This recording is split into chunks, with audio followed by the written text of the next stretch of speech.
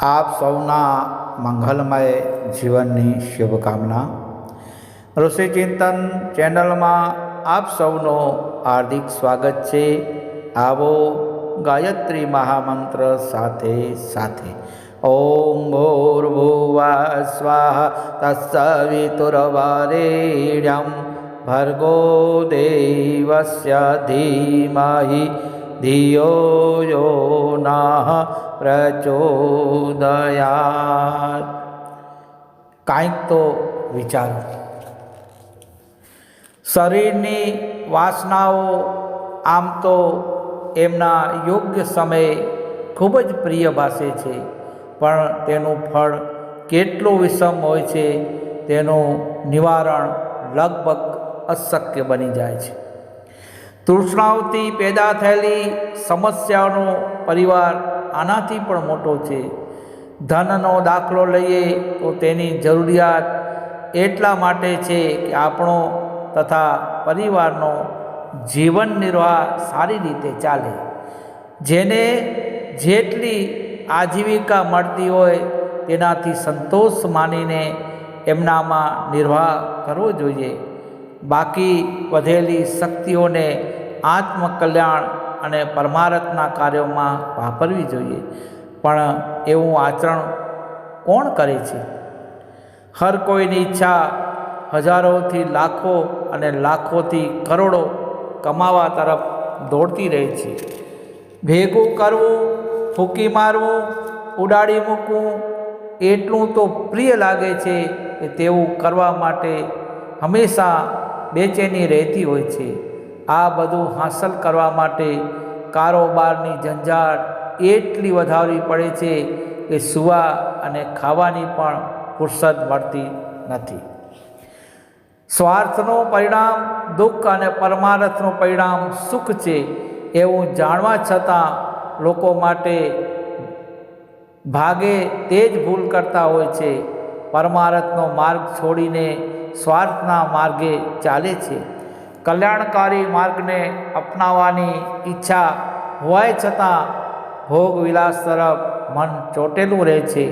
મનમાં સંકોચ, લજ્જા અને શંકા રહેવા છતાં કદમ એ જ દિશામાં આગળ વધે છે કે સુખનો માર્ગ છોડીને દુઃખ તરફ, તેને સ્વર્ગનો માર્ગ છોડીને નર્ક તરફ ચાલવા માટે જે શક્તિ વિવશ કરે છે તેનું નામ માયા કે અવિદ્યા છે. તરત જના ક્ષણિક લાભ તરફ લોકો એટલા બધા આકર્ષિત થઈ જાય છે કે ભવિષ્યના તેના કેવા ખરાબ પરિણામો ભોગવા પડશે તેનો વિચાર સિદ્ધાંત આવતો નથી. બીજા શબ્દોમાં આ મૂર્ખતાને ટૂંકો દ્રષ્ટિકોણ, અવિવેક, અધીરતા અથવા વિચારહીનતા પણ કહી શકાય. એક વાત અત્યંત ગંભીરતાથી સમજવા જેવી છે.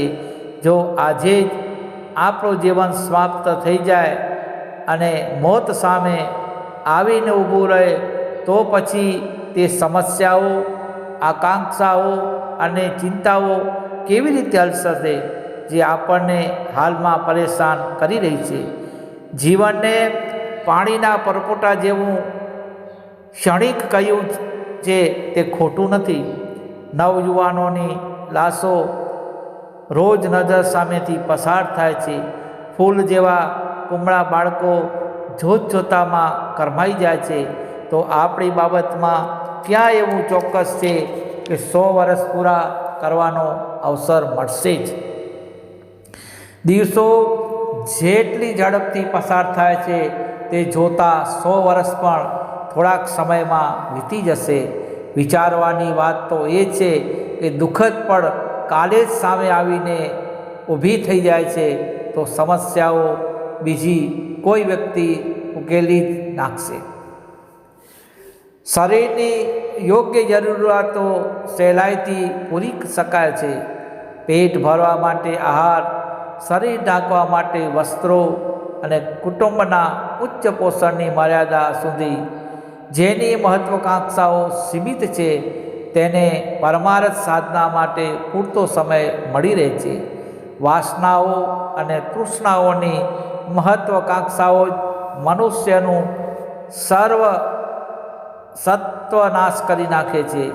જો આ નાગણોથી છુટકારો મેળવી શકાય તો જ આત્મકલ્યાણ માટે કાંઈક વિચારવાનો અને કાંઈક કરવાનો સમય બચી શકે, જેનાથી તે પોતાનું લક્ષ્ય પૂર્ણ કરી શકે. આ દેવ દુર્લભ માનવ શરીરનો સદુપયોગ કરીને યુગ યુગાંતર સુધી યશસ્વી બની રહેવા માટે અમરતા પ્રાપ્ત કરી લો. જીવનના બે જ ઉપયોગ હોઈ શકે છે. એક તૃષ્ણા અને વાસનાની ઝંઝટમાંથી લપટાયેલું એટલું વ્યસ્ત જીવન જેમાં આત્મકલ્યાણની સાધના માટે ન તો ઈચ્છા જાગે ન તો સમય સાંપડે. બીજો મર્યાદિત આકાંક્ષાઓની સાથે સંતોષપૂર્વક સમય પસાર કરતાં કરતાં કર્મયોગીની માફક સંસારની વિવિધ જવાબદારીઓને શાંતિપૂર્વક નિભાવવાની સાથે સાથે પરમાર્થની પ્રાપ્તિ પણ કરી લેવામાં આવે. ચોક્કસપણે બીજો જીવનક્રમ વધુ દૂરંદેશી ભર્યું અને અધિક લાભકારી છે, પરંતુ આશ્ચર્ય અને ખેદની વાત એ છે કે આજે આપણે એ બધા એવા જીવનક્રમને અપનાવી રહ્યા છીએ કે જેનાથી અશાંતિ, બરબાદી અને પશ્ચાતાપ સિવાય બીજું કાંઈ જ મળતું નથી. આ બંને પ્રકારના દૃષ્ટિકોણ પર વિચાર કરવો જોઈએ. બીજી અનેક સામાન્ય મુશ્કેલીઓને ઉકેલવામાં કેટલો સમય બધો વિચાર કરવો પડે છે અને તેનો સફળ ઉકેલ પણ શોધી કાઢવામાં આવે છે. કેટલીક ખેદની વાત છે કે કરોડો અબજો રૂપિયાથી પણ વધુ કિંમતી અને દેવોને પણ દુર્લભ એવા આ માનવ શરીરના સદુપયોગનો પ્રશ્ન આપણે ઉપેક્ષાની કચરાપેટીમાં ફેંકી દઈએ છીએ. આ ઉપેક્ષા એક દિવસ કેટલીક કષ્ટકારક અને પશ્ચાતાપભરી સાબિત થશે તેનું અનુમાન જો આજે જ કરીએ તો આ ભૂલ આજે જ સુધારી લેવામાં શાણપણ છે. જેને આપણે બિનજરૂરી, નિરુપયોગી, નકામી બાબત માનીએ છીએ તેના માટે જ સમયનો અભાવ નડતો હોય છે.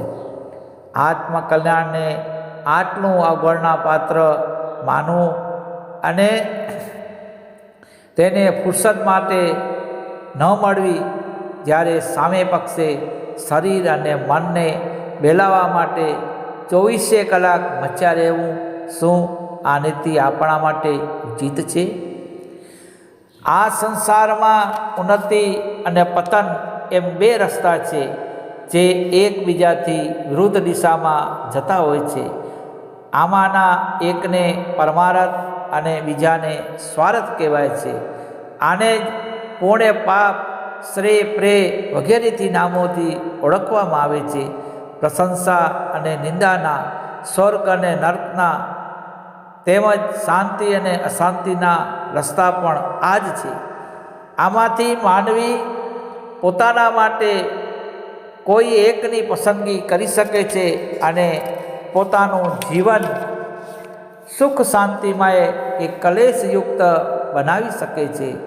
કલ્યાણ માર્ગ પર ચાલીને મનુષ્ય મહાનતાને અપનાવીને અંતે દેવત્વ સુધી પહોંચી જાય છે અને સ્વર્ગીય આનંદની સ્થિતિ અનુભવે છે.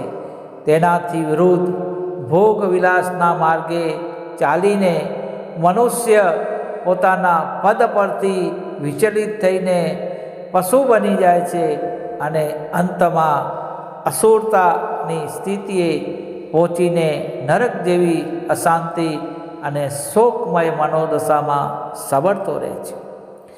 દુર્ગામી પરિણામોની ચિંતા ન કરતા ઝટપટ લાભ મેળવવાની ઈચ્છામાં મનુષ્ય કુકર્મ આચરવા માંડે છે.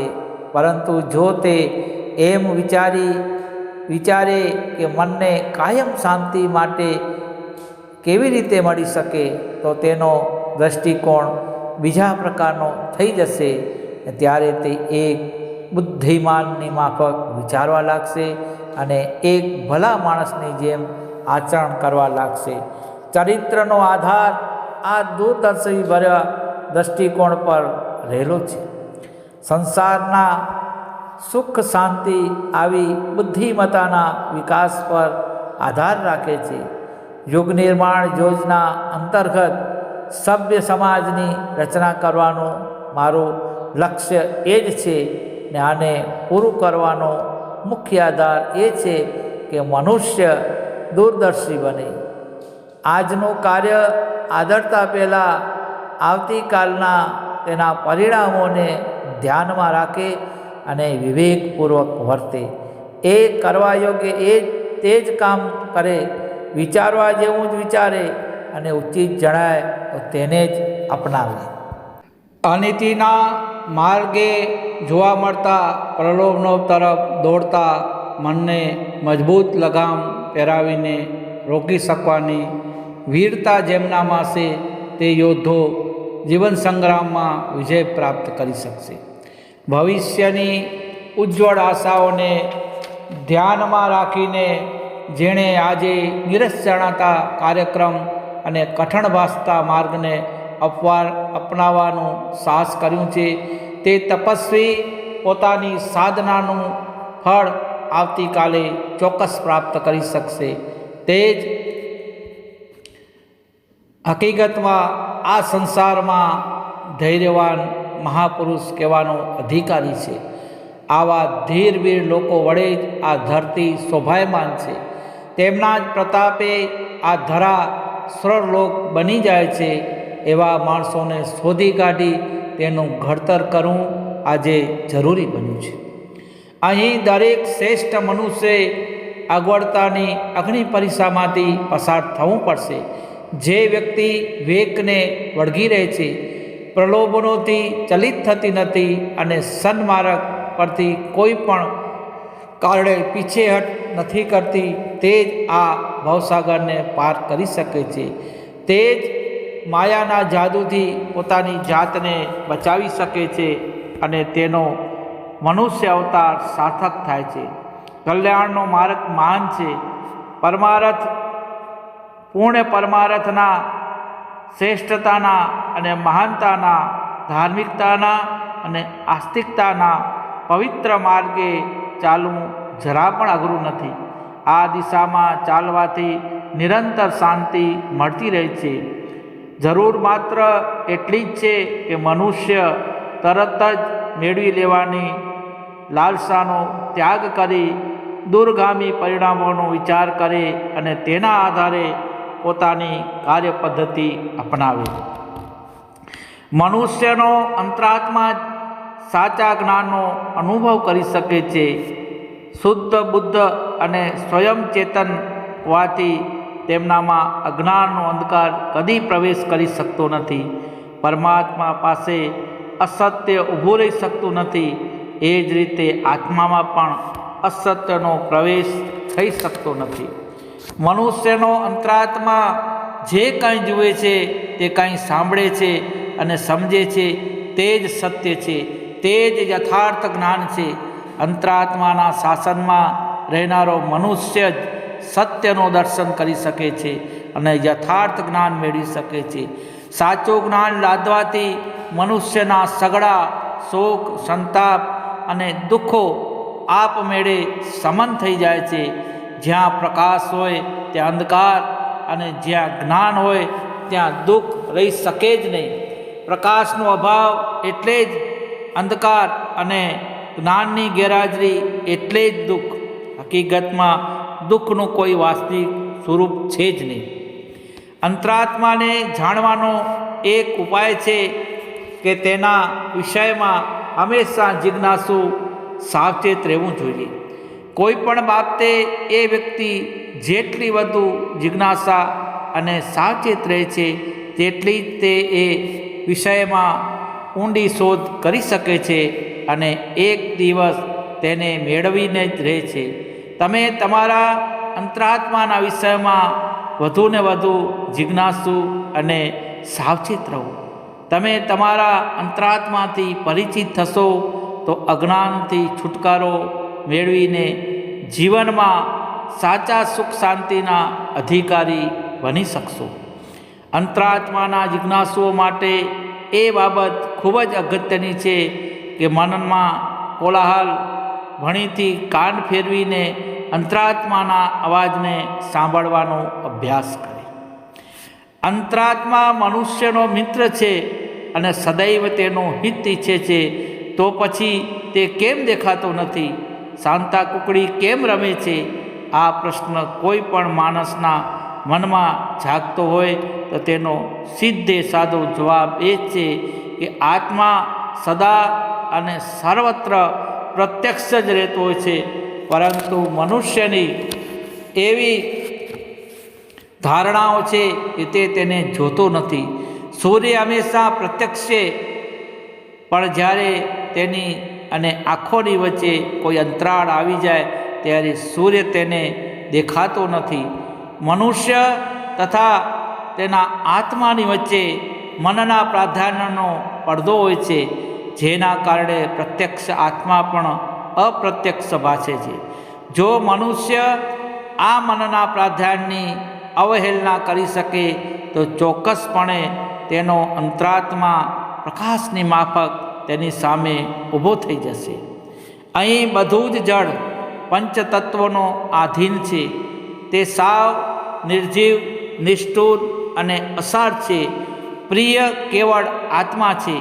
આત્માની આભા જ્યાં જ્યાં તેનો ફેલાવો કરતી રહે છે, ત્યાં પ્રિયતા, મધુરતા, સુંદરતા અને સરસતાનો અનુભવ થાય છે. આત્મા જેટલો પ્રખર હોય તેટલા પ્રમાણમાં બીજા પદાર્થો કે પ્રાણીઓ આપણા માટે ઉપયોગી અને સહાયક બને છે. આમાં ભારોભાર સત્ય સમાયેલું છે. મોટાભાગે દરેક તેને જાણતા હોય છે, પણ કેવું આશ્ચર્ય! જાણવા છતાં પણ આપણે બધા અજાણ્યા બની રહ્યા છીએ. આત્માના મહત્ત્વને ભૂલી બેઠા છીએ અને પદાર્થોની પાછળ પાગલ બનીને દોડીએ છીએ. શું કદી એવું વિચાર્યું છે ખરું કે આપણી આંતરિક સ્થિતિમાં ફેરફાર કર્યા વિના માત્ર બાહ્ય પરિવર્તન કેવી રીતે શક્ય બને? આપણે ગરીબ શા માટે રહીએ? આપણા થોડાક ધનને, આપણું ગળવાને બદલે આ ધરતીની સમગ્ર સંપદાને આપણા પિતા પરમાત્માની જ મિલકત કેમ ન ગણીએ? આપણે મિત્રો, પુત્રો અને સ્વજનોનો અભાવ શા માટે અનુભવીએ? આ આખી ધરતીને જ કુટુંબ શા માટે ન ગણીએ? આપણે અસહાય અને દુર્બળ શા માટે રહીએ? આપણા આત્મામાં જ રહેલા અનંત બળને વિકસિત કેમ ન કરીએ? આ વિકાસ જેટલો વધારે હશે તેટલા પ્રમાણમાં સંસાર આપણા માટે સહાયક અને ઉપયોગી સાબિત થશે. આપણી અંદર ઘણું બધું ભરેલું છે. ખૂબ જ નહીં, પરંતુ બધું જ છે. જે બહાર દેખાય છે તો માત્ર અંદરનું પ્રતિબિંબ છે. આ આંતરિક ભંડારને શોધવો, સમજવો, સુધારવો અને વિસ્તારવો એ જ અધ્યાત્મ છે. અધ્યાત્મનું અત્યંત મહત્ત્વ અનંત છે. આત્મિક ક્ષેત્રોનો વિસ્તાર અને મહત્ત્વ અપાર છે. તેની સફળતા કેટલી મહાન છે કે વિવેકશીલ વ્યક્તિ ભૌતિક જીવનમાં ભારેમાં ભારે દુઃખ વેઠીને મોટામાં મોટો ત્યાગ કરીને આ ક્ષેત્રમાં પ્રવેશે છે. ઋષિમુનિ ત્યાગી, તપસ્વી, મૂર્ખ ન હતા. તેઓ સાચા અર્થમાં વ્યવહારુ હતા. મોટો લાભ મેળવવા માટે નાનો લાભ ત્યાગવાની વ્યવહારુ નીતિ તેમણે અપનાવી હતી. માટીમાં બીજ વાવીને ખેડૂત પણ આવું જ કરે છે. સાધનાની પ્રક્રિયા દેખાતી રીતે ખોટનો સોદો અને સમયની બરબાદી ભલે લાગે, પણ વાસ્તવમાં તે બધી એવી બાબત નથી જેમાં ઘણો સાર સમાયેલો છે. શ્રદ્ધા અને વિશ્વાસ, સાહસ અને ધૈર્ય, એકાગ્રતા અને સ્થિરતા, દૃઢતા અને સંકલ્પ એ તત્વો છે જેના આધારે સાધનાઓ સફળ થાય છે. આત્મા જ જ્ઞાન વિજ્ઞાનનું કેન્દ્ર છે. સુખ શાંતિનો મૂળ આધાર પણ એ જ છે. ઉન્નતિ અને સમૃદ્ધિના બીજ તેમાં જ છુપાયેલા છે. સ્વર્ગ તથા મુક્તિનો આધાર પણ તે જ છે. કલ્પવૃક્ષ બહાર નથી, આપણી અંદર જ છે. અગણિત ઈચ્છાઓની તૃપ્તિ આત્મારૂપી કલ્પવૃક્ષ દ્વારા થાય છે. આત્મા એવો પારસમણી છે કે જેના સ્પર્શથી લોઢા જેવું કાળું મેષ માનવ જીવન સાચા સોના જેવા દેવત્વમાં બદલાઈ જાય છે. એ જ એવું અમૃત છે જેને પીવાથી યુગ યુગની અતૃપ્ત તરસ છીપાઈ જાય છે. આત્મા પોતે પૂર્ણ છે અને તેના દર્શન કર્યા તે સાચો દ્રષ્ટા છે. જેમણે આ પ્રાપ્ત કરી લીધું એના માટે કાંઈ પ્રાપ્ત કરવાનું બાકી રહેતું નથી. આત્માને વિશ્વચેતનાનો જ પરમાણુ માનવો જોઈએ અને આપણે પોતાની જાતને ઓળખવી જોઈએ. આંતરિક અશાંતિથી આજે બધા જ પરેશાન છે. એક મનુષ્ય પાસે પૂરતા પ્રમાણમાં સાધન સંપદા અને જીવન નિર્વાહની વસ્તુ છે, છતાં પણ તે અશાંત અને પરેશાન જણાય છે. બીજો ઉચ્ચ શિક્ષણ સંપન્ન મોટા હોદ્દા પર બેઠેલો હોવા છતાં ગોથા ખાઈ રહ્યો છે.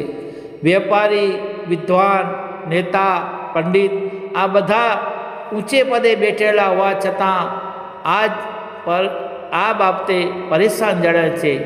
સંઘર્ષ, અશાંતિ, કલેશ અને પરેશાની એ મોટા ભાગના લોકોની ફરિયાદ છે. નાનાથી માંડીને મોટા પ્રશ્ને જ પરેશાન છે. જાત જાતના પ્રયાસો કરવા છતાં પણ ઉપાય મળતો નથી. હકીકતમાં તો આ પ્રશ્નોનો ઉકેલ બાહ્ય સફળતામાં નથી, પરંતુ અંદર મનુષ્યને રહેલો છે.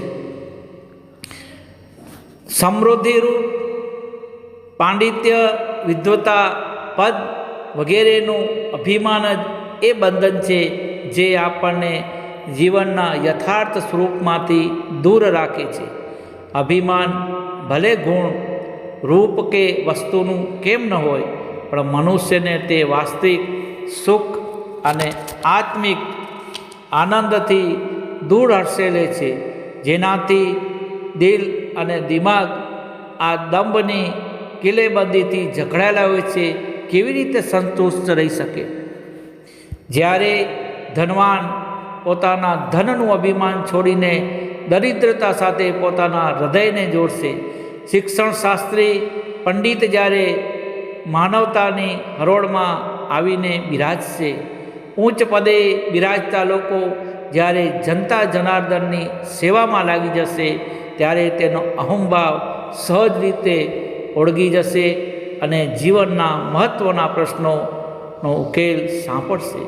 જીવનનું સાચું સુખ હૃદયને મુક્ત અને વ્યાપક બનાવવાથી મળી શકશે. માણસની વચ્ચે આજે સંઘર્ષ અને લડાઈનું કારણ ગરીબી અને અભાવ નથી, પણ તારા મારાનો પ્રશ્ન છે. પોતાનો લાભ, પોતાની સમૃદ્ધિ અને પોતાની સાર સંભાળ બધાને વાલી લાગે છે, પરંતુ બીજા સાથે પણ આવો ભાવ હોતો નથી.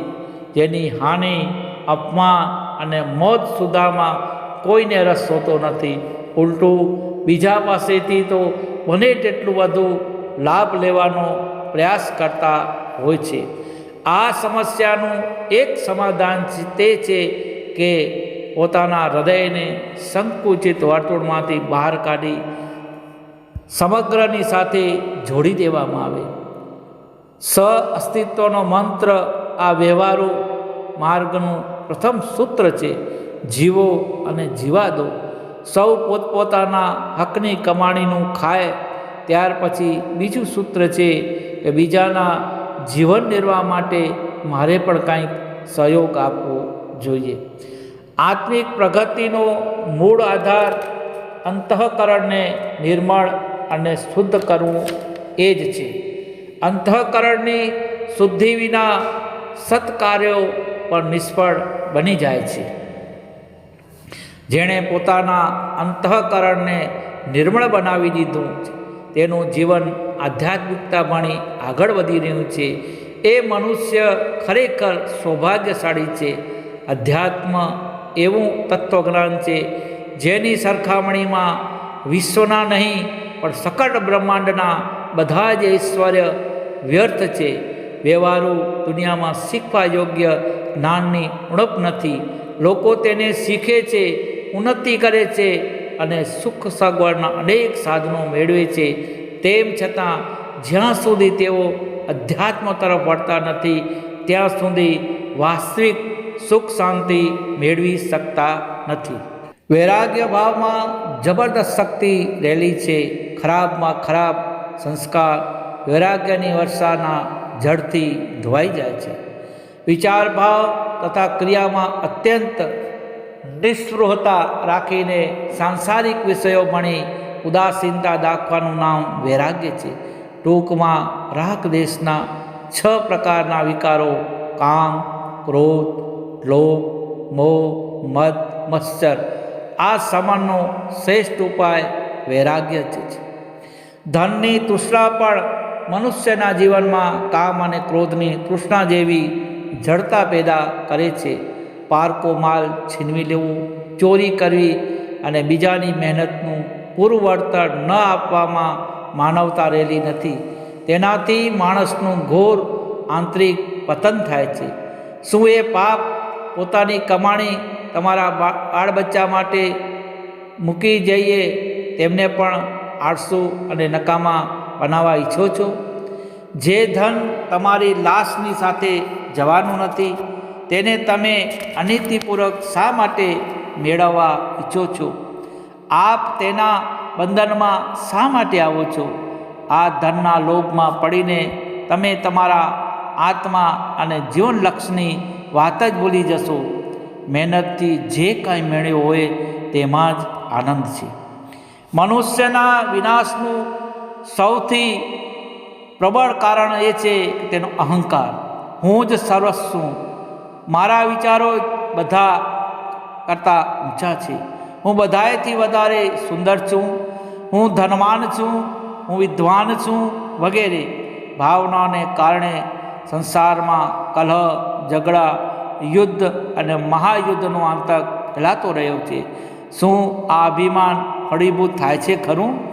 તમારાથી વધારે રૂપવાન, શક્તિવાન અને સામર્થ્યવાન અનેક લોકો આ ધરતી પર મોજૂદ છે, તો પછી અહંકાર શાનો?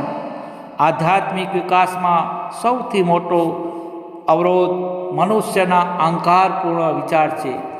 સંસારની ક્ષણભંગુરતાને ધ્યાનમાં રાખીને મનુષ્યે આવી દુષ્પ્રવૃત્તિઓથી બચવું જોઈએ. દૃઢ સંકલ્પવાળી વ્યક્તિ જ અહંકારને કચડી નાખવાનો સાહસ કરી શકે છે. મત્સર અર્થાત ઈર્ષાનો ભાવ મનુષ્યના અધ્યપતનનું કારણ બને છે. મનુષ્યની પ્રગતિ તેની શક્તિ અને પરિસ્થિતિઓ અનુસાર ઓછી વધતી થતી રહે છે. પોતાની શક્તિઓનો વિકાસ માણસાઈપૂર્વક કરવામાં આવે તો તેમાં કોઈનું અહિત થતું નથી, પણ જ્યારે બીજાની સમૃદ્ધિ જોઈને લોકો ઈર્ષા અને દ્વેષ રાખવા માંડે છે ત્યારે ત્યાંથી જ વ્યક્તિગત અને સામૂહિક પતન શરૂ થાય છે. મનુષ્યનું જીવન દ્વેષ અને ઈર્ષા માટે નથી. આપણને સેવા, સત્કાર, પ્રેમ, દયા, ન્યાય વગેરેના વિકાસ માટે સાધન રૂપે આ શરીર મળ્યું છે. તેનો મેળવીને ચારિત્ર્યની ઉત્કૃષ્ટતા દાખવાની હરીફાઈ કરવી જોઈએ. કોઈ વ્યક્તિ એક વખત ખરાબ કામ કરે છે તો બીજી વખત સારા કામ કરતી પણ જોવા મળે, તો વળી કોઈ સારા કામ છોડીને બુરાઈમાં ફસાયેલી પણ જોવા મળે છે. અંતઃકરણમાં રહેલી શુભ અને અશુભ પ્રવૃત્તિઓમાંથી જેને પણ પોતાને અનુરૂપ વાતાવરણ મળી જાય છે તે ફૂલે ફાલે છે. જેને પોષણ નથી મળતું તે સુકાઈ જાય છે. જે વ્યક્તિ આજે ખૂબ જ બુરી જણાતી હતી તે ઉત્તમ પરિસ્થિતિઓમાં અને વિચારધારાના સાનિધ્યમાં આવવાથી કાલે ખૂબ જ ઉમદા સ્વભાવની બની શકે છે. તે જ વ્યક્તિ આવતીકાલે બુરા વાતાવરણમાં ફસાઈ જઈને બુરી પણ બની જાય છે. આથી હંમેશા વિચારકો એવું કહેતા આવ્યા છે કે આ સંસારમાં કોઈ માણસ ખરાબ નથી, કેવળ પરિસ્થિતિઓ અને ભાવનાઓ જ ખરાબ હોય છે. મનુષ્ય કે દેવતા જે કોઈ ભૂલ કરશે તેને દંડ મળશે. આવી રીતે ફાટફૂટ, ભંગાળ અને સ્વાર્થીપણાના ભાવ પણ મનુષ્ય જાતિ માટે એક અભિશાપ છે. સંઘ શક્તિ વિના મનુષ્ય પોતાની આત્મરક્ષા પણ કરી શકતો નથી. વ્યક્તિગત ક્ષેત્ર હોય કે સામાજિક ક્ષેત્ર, બંનેમાં એક જ સિદ્ધાંત કામ કરે છે. જો આપણે પાશવી વૃત્તિઓ પ્રબળ થતી રહેશે અને દેવત્વ અસંગઠિત અને સુષુપ્ત અવસ્થામાં પડ્યું રહેશે, તો આસુરી બુદ્ધિ અને આસુરી વૃત્તિઓ જ બળવાન રહેવાની. જીવન નિમ્ન કોટીનું અને પતન તથા પાપથી ભરેલું જોવા મળશે. આનાથી વિપરીત જો દેવત્વ સજાગ, સંગઠિત અને સક્રિય હશે તો અસુરતાનો પરાજય થયા વિના રહેશે નહીં. અધ્યાત્મનો ઉદ્દેશ મનુષ્યને પાપ અને કુવિચારોની આસુર પ્રવૃત્તિથી છોડાવીને સત્ય અને ધર્મના સુખ શાંતિમય ખોળામાં પહોંચાડી દેવાનું છે. એવું વિચારવું ખોટું છે કે ધર્મને અપનાવવાથી મનુષ્ય ખોટમાં રહેશે. આજકાલ ધર્મના નામે ખોટો ડંભ થઈ રહ્યો છે. અસલી ધર્મ તો આ લોક અને પરલોક બંનેના સુખ સાધન મેળવી આપે છે. પ્રાચીન કાળમાં ઘરે ઘરે ધાર્મિક વાતાવરણ ફેલાયેલું હતું. આજે આપણે અધર્મમય વિચારધારા અને કાર્યપ્રણાલી અપનાવી લીધી છે, જેથી ઘરે ઘર નર્કના દ્રશ્યો જોવા મળે છે. આપણી અંદર અને બહાર બધે જ અસુરતાની બોલબાલા છે. વ્યક્તિગત જીવનમાં આપણી અંતઃચેતના આસુરી વૃત્તિઓથી તથા અંધકારપૂર્ણ પ્રવૃત્તિઓથી ભરેલી જણાય છે. પરિણામે મનુષ્ય જીવન પામવા છતાં આપણે ઘૃણાસ્પદ સ્તરનું જીવન જીવી રહ્યા છીએ. આ રીતે સામાજિક જીવનમાં પણ અનાચારનું વાતાવરણ પ્રબળ થવા લાગ્યું છે, જેના ફળસ્વરૂપે સ્વાસ્થ્ય, અર્થવ્યવસ્થા, સમાજ, રાજનીતિ, પરસ્પરના સંબંધો, નૈતિકતા, કર્તવ્ય પાલન, ઉત્પાદન અને ઉદ્યોગના ક્ષેત્રમાં દરેક ક્ષેત્રમાં સંકટો વધી રહ્યા છે. જો આપણે આપણું વ્યક્તિગત જીવન સુખી અને સામાજિક જીવન શાંતિમય બનાવવું હોય તો તેનો એકમાત્ર ઉપાય બચ્યો છે અસુરતાનો પરાજય કરીને દેવત્વમાં વૃદ્ધિ કરવી. મનુષ્યના જીવનનું ધ્યેય આત્મસંતોષ પ્રાપ્ત કરવાનું છે. આત્મસંતોષની પ્રાપ્તિનો ઉપાય માનવીના સામર્થ્યના વિકાસમાં રહેલો છે. સામર્થ્યનો વિકાસ સાધનાથી થાય છે અને સાધના તપ વગર પૂરી થતી નથી. જીવનના ધ્યેયની પ્રાપ્તિ માટે તપની કઠોર પરિશ્રમની આવશ્યકતા પડે છે. સતત સાધના અને પરિશ્રમને જ તપ કહેવામાં આવે છે. પરંતુ જે તપ ત્યાગ માટે કરવામાં આવ્યું હોય તે જ તપ ગણાય છે. માત્ર કહેવા ખાતર તપ કરવું એ સાધના નથી. તેનાથી શારીરિક અને મનના વિકારો પેદા થશે. તેનાથી આત્મસંતોષનો હેતુ પણ સિદ્ધ થતો નથી. બીજા લોકોના હિત માટે, સેવા માટે કષ્ટ વેઠવું એ જ વાસ્તવિક તપ ગણાય છે. સ્વાર્થીપણાના, પોતાના જ હિતના સંકુચિત અને તુચ્છ વર્તુળમાં ફસાઈ જવું એ પાપ છે. પોતાના જીવન અને ઉદ્દેશ્યની સફળતા માટે કરવામાં આવતા કાર્યો પણ પાપ છે. અમર્યાદિત ઈચ્છાઓ, વાસનાઓ, રાગ, દ્વેષ, ઘૃણા અને એવા અનેક કુકર્મો પાપના જ પ્રકાર છે. પાપ અનેક પ્રકારે દ્રશ્ય અદ્રશ્ય સ્વરૂપે પોતાની કાર્યવાહી ચાલુ રાખે છે અને આપણા જીવનને કારખાનું બનાવી દે છે. માણસ જાણતા અજાણતા અનેક પાપો કરતો રહે છે. લક્ષ્યની પ્રાપ્તિ માટે, જીવનની સિદ્ધિ માટે, વિરાટની અનુભૂતિ અને વિશ્વાત્માના દર્શન માટે આપણે નિષ્પાપ થવું પડશે. સંસારમાં સૌથી નાનું કોણ? બાળકની પ્રતિભા જોઈને ભગવાન બુદ્ધ થોડા ગંભીર થયા અને બોલ્યા, જે માત્ર પોતાની વાત વિચારે છે અને પોતાના સ્વાર્થને સર્વોપરી માને છે.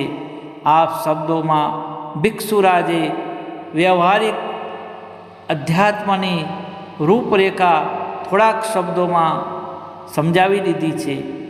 આત્મનિર્માણનો ઉદ્દેશ્ય એ જ છે કે મનુષ્યની ઈચ્છાઓ, લાલસાઓ અને મનોવૃત્તિઓ તેના અંગત સુખ અને ઉપભોગ સુધી સીમિત ન રહે, પરંતુ તેનો ફેલાવો થાય. જ્યાં સુધી માત્ર મેળવવાની અભિલાષા રહે છે ત્યાં સુધી મનુષ્ય બિલકુલ નાનો, દીન, અસહાય અને નકામો જણાય છે. પરંતુ જ્યારે તેનું શરીર, મન, બુદ્ધિ અને સંપૂર્ણ સાધનો ચારે તરફ વિચરવા લાગે છે કે તેની સાથે જ તેની મહાનતા પણ મેકવા લાગે છે. અસ્તુ.